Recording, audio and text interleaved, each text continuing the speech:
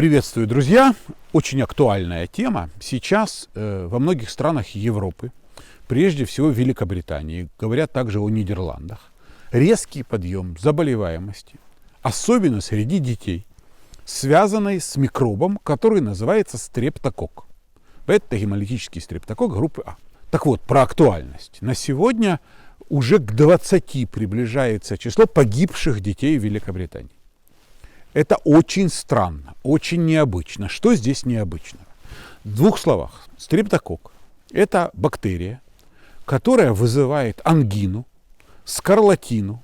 Со стрептококком связаны такие болезни, как ревматизм, гломерулонефрит, огромное количество болезней соединительной ткани, таких как, например, ревматизм, системная красная волчанка и так далее, и так далее.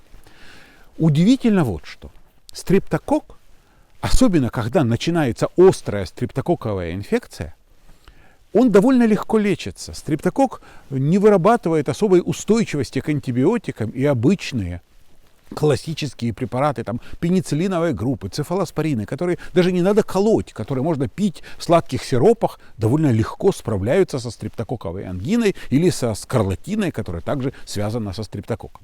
Кроме этого, как правило, подъем заболеваемости стрептококком начинается весной, когда потеплеет чуть-чуть. Вот это классический весенний подъем заболеваемости. Сейчас однозначное межсезонье. Имеем две уникальнейших ситуации. Первое. Подъем заболеваемости в межсезонье – это всегда необычно. И второе. Реально очень высокая летальность. Когда локальный процесс ангина, на этом все не заканчивается. Инфекция генерализуется, то есть распространяется по всему организму. Происходит, условно говоря, что-то, что понятным языком, типа заражение крови стрептококком. И реально погибают дети. Сейчас эпидемиологи, инфекционисты всего мира гадают, с чем это может быть связано. И все-таки все пути ведут в сторону коронавируса. Скорее всего, все это пока гипотезы, но они имеют под собой определенные основания. О чем тут думают доктора? Первое. О том, что не было нормальной, привычной циркуляции стрептококка. То есть обычно люди, дети, регулярно общаясь, обмениваются стрептококками.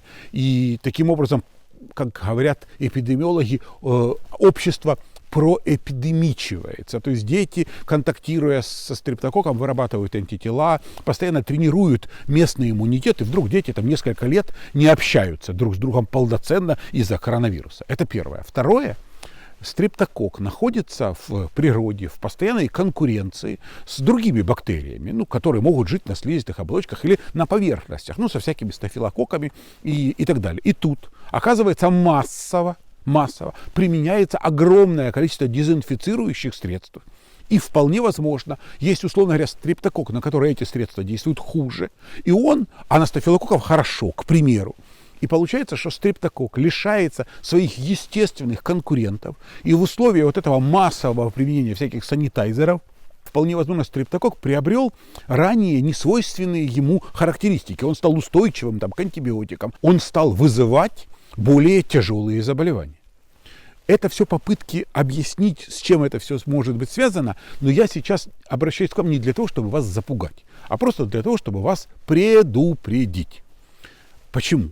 Если вовремя начать лечить стрептококковую инфекцию, например, стрептококковую ангину, то же самое, ничего страшного не произойдет. Все-таки это лечится и лечится неплохо. Поэтому я обращаю ваше внимание на бдительность. Что важно, что самое главное. Как насторожиться, как понять, что именно эта боль в горле повод засуетиться. То есть надо четко понимать, когда боль в горле ОРВИ, то есть вирусный фарингит, который пройдет сам по себе и который в лечении не нуждается, и когда боль в горле может быть предвестник или это первый симптом ангины. Главное, фарингит, вирусный фарингит и боль в горле при нем всегда сочетается с насморком. Обращаю внимание, если болит горло и нет насморка, это всегда повод обращаться к врачу. Это нетипично для вирусной инфекции отсутствие насморка. Еще раз прошу, ребят, запомните, сухой нос, болит горло, к врачу. Второе. При ангине вот именно ангине, стрептококковой ангине, боль в горле – главный симптом. То есть он волнует больше, чем все остальное. Вот как, например, узнать, ангина или нет? Предложите ребенку откусить кусок яблока. Да в жизни ребенок с ангиной яблоко не откусит и не попытается даже проглотить. Это очень больно. А при вирусном фарингите может. То есть, еще раз говорю, при вирусной инфекции и насморк, и слабость, и сопли ручьем, и кашель, чихание. Это все есть, и боль в горле. А при ангине боль в горле главное. Вот главное, что волнует больше всего на свете.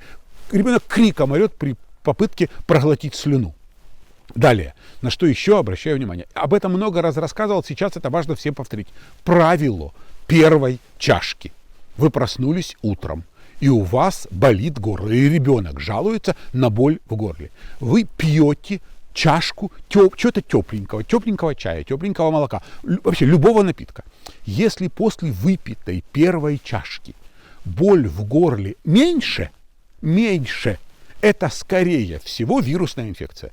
Если после первой выпитой чашки меньше болеть не стало, давайте к доктору. Это может быть ангина. И еще обращаю внимание всех, кто меня сейчас слушает, и мам, и врачей. В Украине реально в продаже имеется стрептотест. Это тесты, которые продаются реально в аптеке, где каждый человек может сам, там очень понятная инструкция, ничего сложного, может прямо дома, в домашних условиях, взять мазок из больного горла. Еще раз говорю, это может быть каждый. Для этого не надо никакого медицинского образования, просто купить коробочку, изучить инструкцию и сделать. И этот стрептотест позволяет ответить на вопрос, есть в горле стрептококк или нет. Если есть, не занимайтесь самолечением, обращайтесь к врачам. В общем, делайте правильные выводы.